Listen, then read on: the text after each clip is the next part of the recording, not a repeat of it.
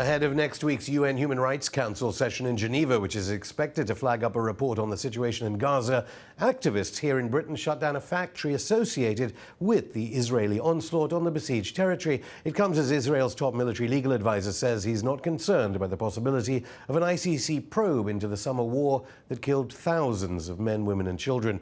Norman Finkelstein's latest book is called Method and Madness, the hidden story of Israel's assaults on Gaza, and he joins me now. Welcome back, Norman. In this book, you mentioned that Tzipi Livni, the Israeli politician, put off a visit to London for fear of arrest. How seriously do Israeli politicians take a legal threat when they come to Britain? It's hard to gauge right now how real the fears of Israel are, because they got past the Goldstone report. The new report was supposed by the Human Rights Council, the one that was headed by Shabbos. That's already... He's just left. Yeah, that's already been shot down because it's accused, Shabbos was accused of being a partisan to the PLO. He was forced to drop off. The person who replaced him, a New York State judge, she's rather weak. Take us through, though, the Goldstone report. The report itself was actually quite devastating. It was a massive report, and it concluded Israel was trying to humiliate, punish, and terrorize the civilian population, that it was probably guilty of significant war crimes and crimes against humanity. It was a devastating report, and it caused Israel real fears. They didn't quite know what to do with it. When the report came out, it was sheer bedlam and hysteria in Israel. People like Shimon Peres, who is so admired in the West for reasons which are completely perplexing. Shimon Peres denounced Goldstone as a small man who knows nothing about international law, and that was actually the most polite of the denunciations of Goldstone. Alan Dershowitz of Harvard said that Goldstone was worse than Mengele, the angel of death of Auschwitz. Michael Oren said that the Goldstone report was worse than Mein Kampf and the Protocols of the Elders of Zion. I mean, it went completely berserk. Miliband or David Cameron here, politicians here from the mainstream parties will say they'll always try and equalize it by talking about rocket attacks from the Palestinians, which I know you do in this book. You do say that Paul Wolfowitz, the neocon former defense secretary, U.S. former defense secretary, said that it would all be fine if the Palestinians adopted Gandhiist principles, which they're not because of these rocket attacks. Just take us through some of the analysis in the book about that. Well, first of all, Palestinians have attempted nonviolent resistance, and we ought not to forget about that. You're too young, but I unfortunately am not, to remember quite vividly the first Palestinian Intifada beginning in December 1987. It lasted, de facto, it lasted about 2 years. I lived in the occupied territories during that time, off and on. It was a truly heroic a display of mass nonviolent resistance, and it had a real resonance internationally. It was called the maxim the Palestinians used were the stones, occasionally burning tires, and so it was attempted, but it was Israel applied pretty brutal repression at the time, and it was defeated. These things are completely forgotten now. All the human rights organizations, B'Tselem, Amnesty International, Human Rights Watch, they all report that Israel was engaging in methodical, systematic torture of Palestinian detainees. The estimates of Human Rights Watch were during those years, 1988 to 1990, the estimates by Human Rights Watch was they said, I'm quoting them, tens of thousands of Palestinian detainees were tortured. Now, that's a very interesting figure, if you allow me. It's not a digression, but it's from a slightly different angle. If you look at the current U.S. Senate report on torture, which created a huge international reaction, people don't seem to be aware. According to the report, we're only talking about, only in quotes, it was only between 39 and 44 cases of torture.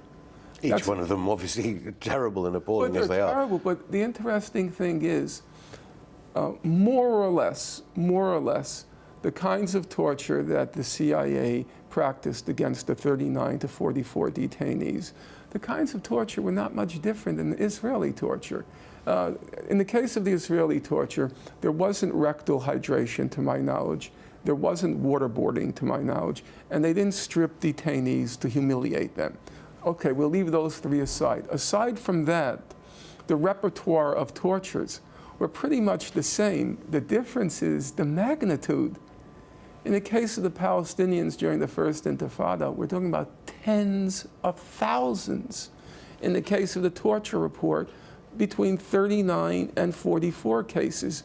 And that was during the period of Palestinian nonviolent resistance. I mean, the press, for their narratives, rely on Human Rights Watch, Amnesty International. How do you see their role? Because I know sometimes you quote Human Rights Watch, but then you'll say even Human Rights Watch. Is their role critical in the West understanding, certainly the people of the West understanding the brutality? You can make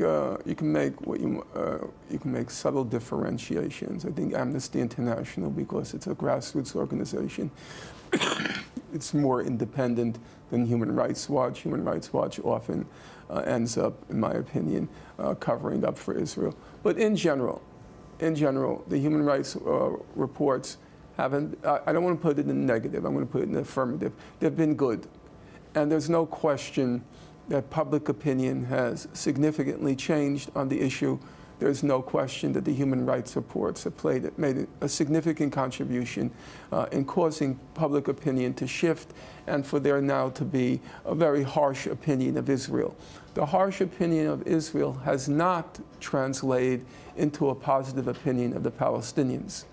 Still, if you ask to choose between Israelis and Palestinians, publics overwhelmingly choose Israel as the more decent party. On anti-Semitism, which is in the press here, it was interesting because they said the rise in anti-Semitism in Britain, people were connecting it to the onslaught on Gaza. How have you seen the reporting of this? There's no evidence whatsoever of a resurgence of anti-Semitism. What you find is periodically, whenever Israel engages in one of its murderous assaults, there's an increase, a spike in what's called anti-Semitic incidents. So you saw that during Operation Defensive Shield in 2002, you saw it again during Cast Lead, and you saw it again during Protective Edge this past summer. The question is it anti-Semitism? Here is a state that calls itself the state of the Jewish people. And you have a head of state who happens to be a maniac, and he goes around saying, I represent all of world Jewry. He said, when I'm going to Paris, he said, I'm representing all of world Jewry. When I'm going to the Congress to speak about the so-called threat from Iran, I'm representing all of world Jewry. So then you're going to fault people for taking him at his word?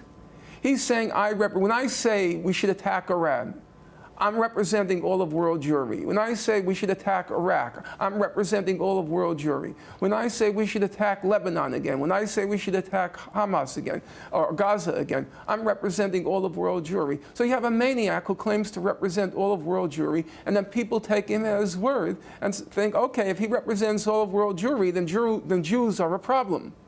That's the logical conclusion. So if there's anyone who's causing the problem, it's the state of Israel and its head of state who keep claiming that their murderous actions are in the name of world Jews. There's a simple way to solve the problem. Stop calling yourself the state of the Jewish people, because you're not. You're the state of Israel. And stop claiming that you represent all of world Jewry, because world Jewry did not vote you. Nobody gave you that title. It's not surprising that in the face of a state that calls itself the state of the Jewish people and the head of state who claims to be acting, that there are going to be anti-Semitic incidents. Does that make it anti-Semitism? I don't know why you would call, if by anti-Semitism you mean an irrational, which is generally how people try to construe it, an irrational hatred of Jews. That's not an irrational hatred of Jews. Norman Finkelstein, thank you. You're welcome.